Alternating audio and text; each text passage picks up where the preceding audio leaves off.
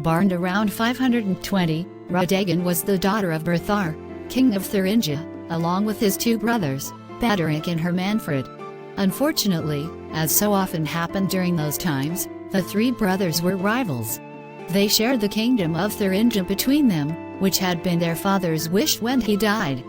Baderic and Hermanfrid plotted between them to murder Radegonde's father, leaving a 50-50 split of the kingdom. With no family left, Radegonde and her brother fell under the care of their two uncles. But the bloodshed didn't stop there. Not content to share the land with his brother, Hermanfrid teamed up with Thierry, the son of Clovis, king of Metz, to assassinate Baderic. However, Hermanfrid betrayed Thierry and reneged on the deal they'd made to share the kingdom between them. Thierry, not happy at all with being duped, joined forces with his brother Clotaire to take revenge and defeated the Thuringian army in 531. Clotaire then took 11-year-old Radegonde and her brother hostage as spoils of war. And so they began a new life as their father's lands were ravaged and destroyed.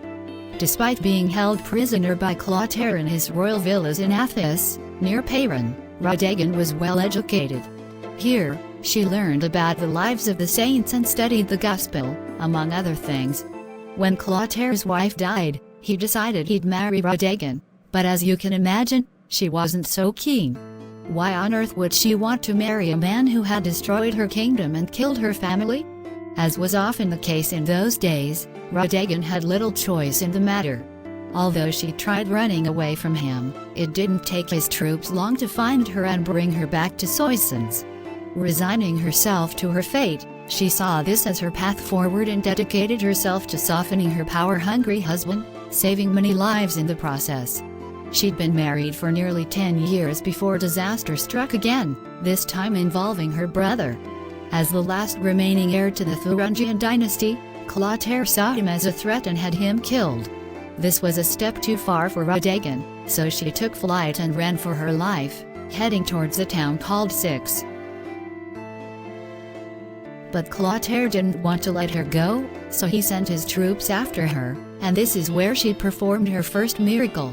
The legend says that when Radegonde heard the soldiers approaching, she ran into a field of oats and asked the harvesters to cover for her.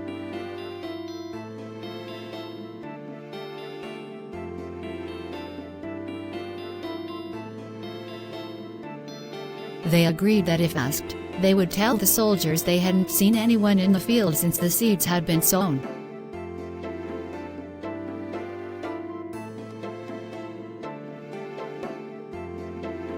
And then the miracle occurred. Before their eyes, the oats started growing, sprouting tall all around them, allowing Radegonde to hide and stay safe.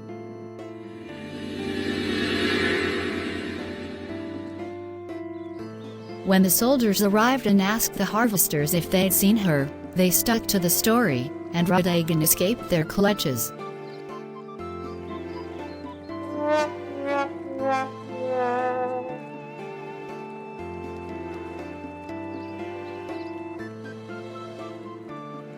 Unfortunately, Clotaire wasn't a man who gave up quickly, so Radegonde sought refuge with Medard, the bishop of Noyon. To keep her safe, he threatened Clotaire with excommunication from the church, which luckily worked, leaving Radegonde free to embrace a more religious life. In 552, Radegonde founded the first abbey for women in France, Sainte Marie of Poitiers, which wasn't a mean feat for a royal refugee. Not wishing to be the abbess, she handed the reins over to her close friend and former lady-in-waiting from the court, Agnes. So great was her power of persuasion that she convinced the Bishop of Paris to travel to Poitiers for Agnes's inauguration as abbess. This journey was a long one in those days, not a couple of hours of train ride. She also played an essential role in keeping the peace among the Merovingian kings.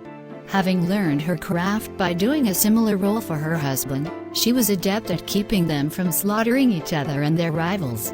She became known for her charity, piety, and courage in using her power to serve her faith.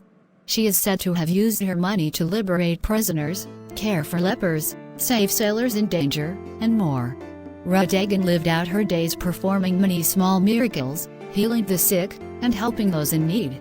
Perhaps the biggest miracle of all was receiving a holy relic from none other than the Holy Roman Emperor in Constantinople, Justinian. She wrote to him asking him to send her a small piece of the Holy Cross. Not only did he receive her request, but he also granted it. This led to the abbey being renamed Abbey of the Saint Croix, which it still goes by today.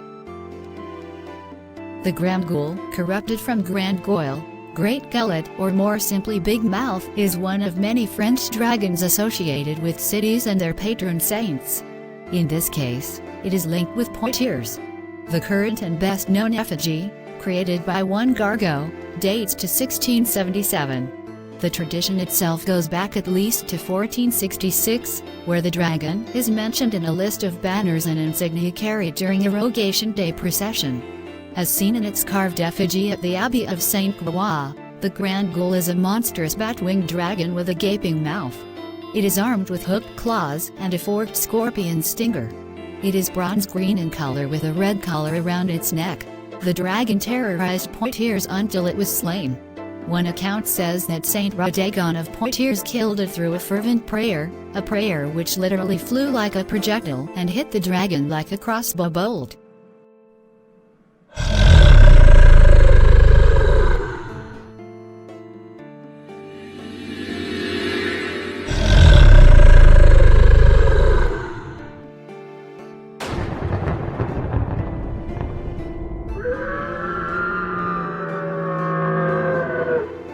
Another tale says that a condemned criminal volunteered to slay the dragon, but he perished from its poisonous breath in his moment of triumph. Traditionally, the Grand Gueule was brought out on Rogation days, paraded along with the relic of the True Cross. It was decorated with ribbons and banderoles and treated with respect, with cherries, tarts, and pastries, golden brown cassimoso, literally snout breakers, tossed into its mouth. It is affectionately referred to as the Bon Saint Vermin, the good holy vermin.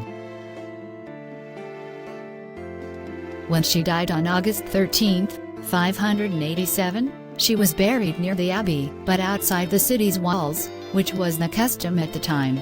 The church where she is buried, St. Marie Horselmers, was one she'd initially built to house the tombs of the nuns from the abbey and is still standing today. It has since been renamed the Church of St. Radegonde.